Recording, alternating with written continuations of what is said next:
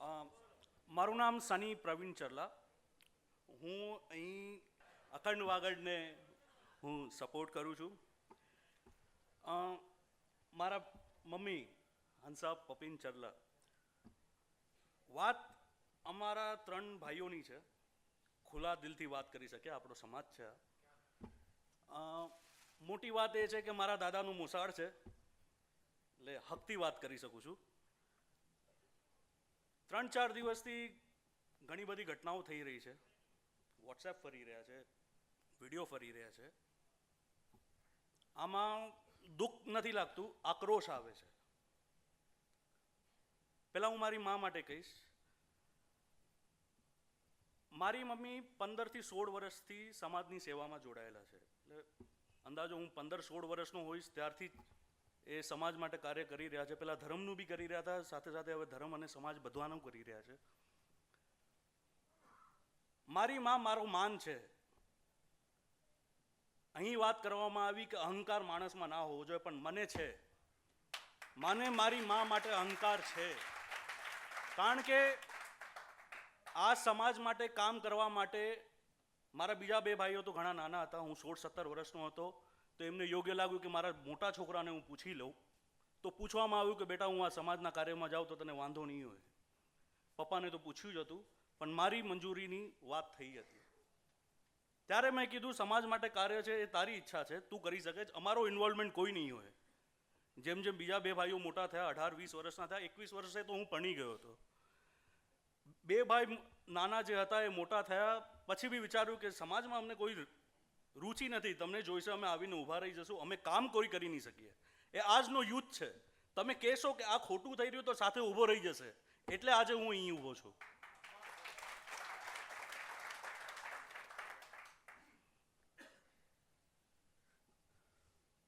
મહાજન પ્રણાલી અમને પરનામાથી મળી છે. મારા દાદા એટલે માલસી મેઘજી ચરલા 17 વર્ષ આપણા સમાજના પટેલ રહ્યા છે. એના પછી દામજીભાઈ આવ્યા અને છેલ્લા 11 વર્ષથી લક્ષ્મીચંદ કાકા, મારા કાકા થાય એટલે સંસ્કાર એવા છે કે બોલ્યા પછી બી મારાથી કાકા જ બોલાશે.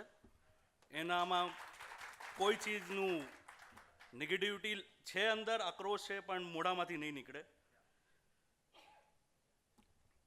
આ કઈ હદ સુધીનું પડવાની વાત કરી રહ્યા છે. આ સંસ્કાર તો અમને નથી મળ્યા. આ સમાજમાં કોઈ બી આવું વ્યક્તિ વાત કરતું હશે તો એને આપણે ચલાવી લેવામાં નહીં આવે.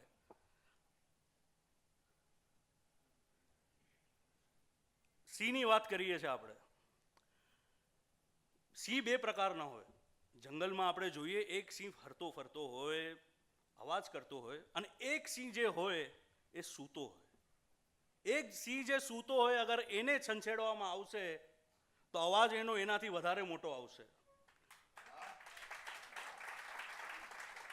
સોમવારે યોગી સભાગૃહમાં જ્યારે નારીઓનું સંમેલન હતું ત્યારે 1200 પબ્લિક આવી હતી. મારા ખ્યાલથી નારીઓ આવી હતી. ત્યાર સુધી મને ધ્યાન છે, એ કાઉન્ટ હું બોલું છું. અગર આ બુધવારે ગોરેગાંવમાં જે બોલવામાં આવ્યું હતું, અગર શનિવારે બોલ્યું હોત તો યોગી સભાગૃહ ના હોત, એમનું ઘર હોત. જેટલી મહિલાઓ યોગી સભાગૃહમાં આવી હતી એ બધી ત્યાં પહોંચી ગઈ હોત.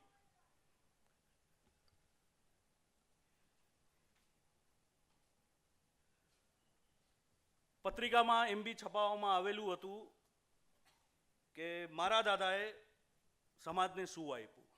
ત્યારે એ સમાજને જે જરૂર હતી એ આપવામાં આવ્યું છે. આજે સમાજને જે જરૂર છે, મારા ખ્યાલથી અખંડ વાગડ ટીમ આપી શકશે.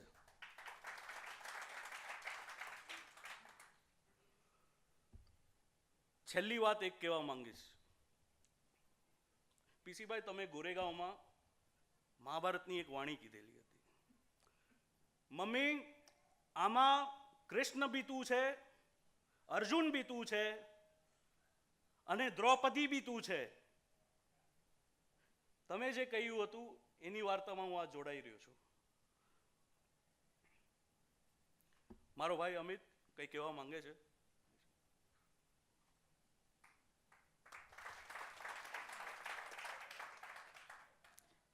કોઈ સ્પીચ તૈયાર નથી કરી, પણ લાસ્ટ 3 દિવસથી એક ગુસ્સો છે મારા અંદર, જે નીકાળવા માટે આનાથી સારો મંચ કોઈ મળશે નહીં.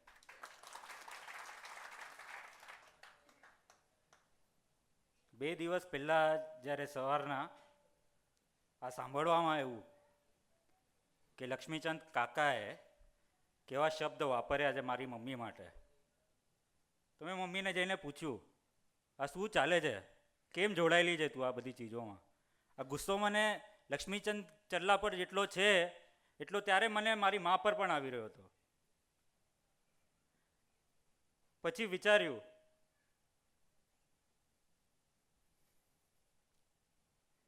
કે એ માણસને હરાવવા માટે અગર મમ્મી તું ઘૂસી છે અંદર, તો હવે એને હરાવીને જ નીકળજે તું.